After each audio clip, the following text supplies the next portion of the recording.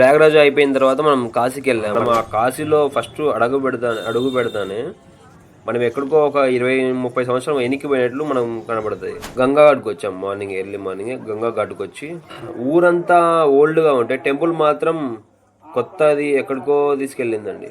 అలా రకరకాల ఫోటోలు లేజర్ లైట్తో పెట్టారు, పెయింటింగ్ కాకుండా లేజర్ లైట్తో 24 hours అక్కడ దేవునికి హారతి ఎలా వెలుగుతుందో అలా అక్కడ శవాలు అలా ఉన్నాయండి, అలా కాలుతున్నాయి. వచ్చామండి మళ్ళీ గంగా ఘాట్కి హారతి చూడాలని చెప్పి దేవుని హారతి అక్కడ ఇస్తున్నారు బాగా. మేము ఎక్కిన బోట్లో కూడా దగ్గర 40 members ఎక్కారు. పర్ హెడ్కి 300 ప్రతి ఒక్కరికి అట్లే ఛార్జ్ చేశారు. వాళ్ళు పీస్గా అందరూ కూర్చొని ఎంజాయ్ చేస్తూ ఆ పాట పాడుతూ అక్కడ కూర్చొని ఎంజాయ్ చేస్తున్నారు బాగా క్లైమేట్ని, ఆ ఘాట్ వ్యూని. అందుకు hi guys, welcome back to our channel drone tech. Prayagraj అయిపోయిన తర్వాత మనం కాశీకి వెళ్ళాము. మీరు ప్రయాగరాజ్ వీడియోని చూసి అందరూ ఎంజాయ్ చేశారనుకుంటున్నాను. తర్వాత ఇది కాశీ రైల్వే స్టేషన్. మనం ఎంటర్ అవ్వగానే మనకు ఆ వైబ్స్ అనేవి కనిపిస్తున్నాయి చూడండి. ఆ స్టేషన్లో ఆ స్టిక్కరింగ్ కానీ, ఆ వాల్స్కు అక్కడున్న సాధువులు అఘోరీల పిక్చర్స్ కానీ, ఆ పూజ చేసే విధానం కానీ, ఇవన్నీ అక్కడ ఫుల్ ప్రతి ఒక్క వాల్కి చేశారు. తర్వాత ఇది మనం ఆ కాశీలో ఫస్ట్ అడుగు పెడతానే మనం ఎక్కడికో ఒక 20-30 సంవత్సరం వెనక్కి పోయినట్లు మనం కనబడుతుంది. అక్కడ ఉన్న హౌసెస్ కానీ, లేదంటే అక్కడ ఉన్న వాళ్ళ way of dressing, way of talking కానీ, ఇంకోటి అక్కడ ఎక్కడ చూసినా సరే మనకు రిక్షాలు, ఇంకోటి ఎలక్ట్రికల్ వెహికల్స్ తప్ప, ఎలక్ట్రికల్ ఆటోలు తప్ప పెట్రోల్తో నడిచే వెహికల్సే కనబడడం తక్కువ చాలా. ఇప్పటికీ స్టిల్ అక్కడ ఇంకా రిక్షాలు దొక్కుంటూ రిక్షాల మీద తిప్పేవాళ్ళు ఉన్నారు. మేము అవి చూసి ఫస్ట్ షాక్ అయ్యాము, ఇంకా ఇలాంటివి ఉన్నాయా అని. 80 ఏళ్ళ ముసలి వాళ్ళు కూడా రిక్షా దొక్కుతున్నారు అక్కడ. మేమైతే అది చూసి ఫస్ట్ షాక్ అయ్యి మళ్ళీ ఇంకా అక్కడి నుంచి మేము రైల్వే స్టేషన్ దిగి ఒక ఆటో ఎక్కాము. వెళ్తూ ఉండగా ఇక్కడ ఫ్రీ ఫుడ్ పెడుతున్నారు. ఫుడ్కి అయితే కొరత లేదండి ఎక్కడే కానీ, కాశీ కానీ, ప్రయాగరాజ్లో కానీ, ఇంకో ఎక్కడైనా. బట్ మనం అవి ఎక్కడ పెడుతున్నాయని తెలుసుకొని వెళ్తే మనకు మనీ సేవ్ అవుతుంది. బట్ ఆ ఓపిక అయితే ఎవరికి ఉండదు ఆ సిచ్యువేషన్లో తిరిగేంత. బట్ ఇంకా మనకు మనీ ప్రాబ్లం ఉంటే ఖచ్చితంగా తిరగాల్సిందే, లేదంటే అడ్జస్ట్ అయిపోయి ఎక్కడ ఒకసారి తినేయడమే. చిన్న షాప్స్, ఆ స్ట్రీట్స్ చిన్నవి అలా పోతూ ఆ రోజు అయ్యింది. ఎర్లీ మార్నింగ్ లేచి మేము ఇంకా గంగా ఘాట్కి వచ్చాం. ఎర్లీ మార్నింగ్ గంగా ఘాట్కి వచ్చి చూడండి, క్రౌడ్ చాలా ఫుల్గా ఉన్నారు ఇక్కడ కూడా. గంగా ఘాట్లో ఇంకా స్నానం చేసాము.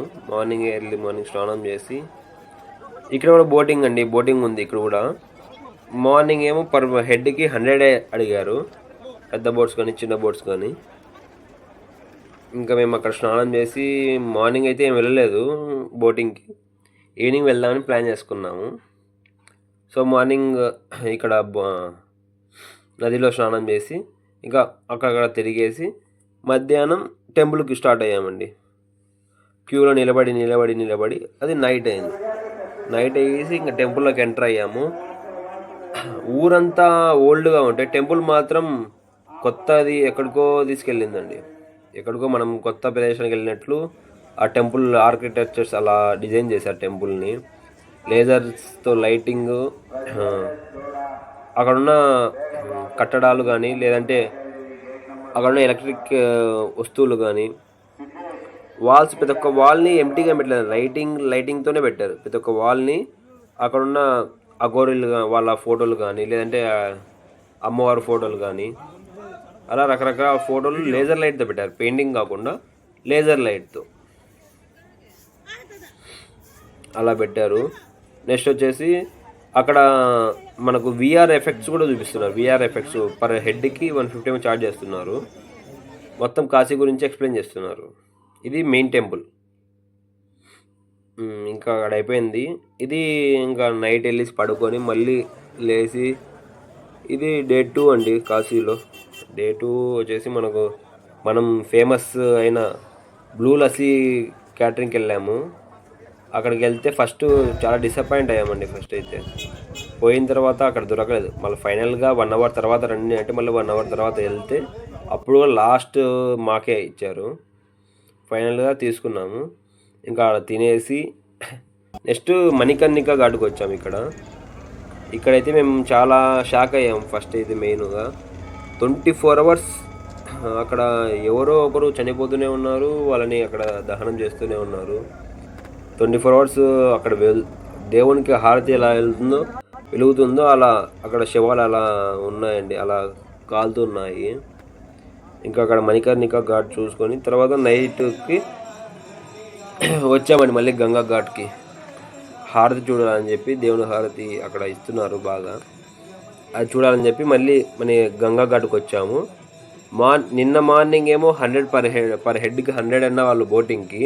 ఇప్పుడు గంగా హారతి ఇచ్చే టైంకి పర్ హెడ్కి 300, 400, 500 ఇంకా 700 కూడా చెప్తున్నారు.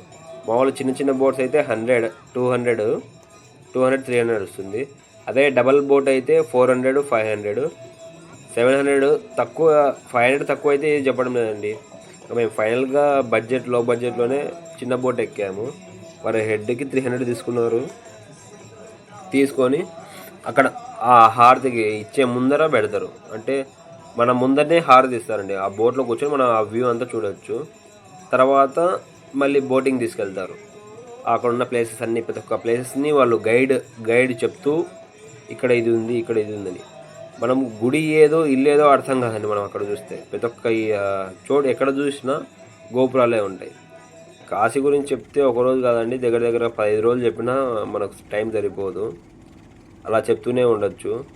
అలా వాళ్ళు మాకు ఒక 30 మినిట్స్ ఏమో ఆ బోటింగ్ అంతా బాగా నీట్గా చూపించారు. 300 పడితే అనుకోవచ్చు ఆ టైమింగ్లో, ఆ లైటింగ్కి వాళ్ళు చెప్తూ తీసుకెళ్ళడము. అది చూడండి పక్కన అలా లైటింగ్, ఎవరు బోటింగ్ వాళ్ళని లైటింగ్ అట్రాక్షన్తో మనీ అనేది వాల్యూ పెట్టారండి. మేము ఎక్కిన బోట్లో కూడా దగ్గర దగ్గర 40 మెంబర్స్ ఎక్కారు. పర్ హెడ్కి 300 ప్రతి ఒక్కరికి అట్లే ఛార్జ్ చేశారు. అలా గైడ్ వచ్చేసి ఒక్కొక్క ప్లేస్ని చూపించుకుంటూ తీసుకెళ్ళి మళ్ళీ మమ్మల్ని డెస్టినేషన్కి, అదే మేము ఎక్కడ ఎక్కామో అక్కడ తీసుకెళ్లారు. తర్వాత యూత్ అంతా కూర్చొని ఇక్కడ ఒక పాట పాడుతున్నారండి, దేవుని పాట. వాళ్ళు పీస్గా అందరూ కూర్చొని ఎంజాయ్ చేస్తూ ఆ పాట పాడుతూ అక్కడ కూర్చొని ఎంజాయ్ చేస్తున్నారు బాగా క్లైమేట్ని, ఆ ఘాట్ వ్యూని. అందుకు ఫైనల్గా ఇట్లా ఈ 2 డేస్ అక్కడ స్టే చేసి ఇంకా నెక్స్ట్ వచ్చేసి మనం మళ్ళీ వేరే ప్లేస్కి వెళ్ళామండి. ఇక్కడ ఇంకా ఈ 2 డేస్ ఎంజాయ్ చేసి నెక్స్ట్ ఎక్కడికి వెళ్ళామని మీరు అనుకుంటున్నారో ఒకసారి గెస్ట్ చేసి కామెంట్ చేయండి. నెక్స్ట్ వీడియో కోసం వెయిట్ చేయండి. అలాగే don't forget to subscribe our channel. Please like, share, subscribe.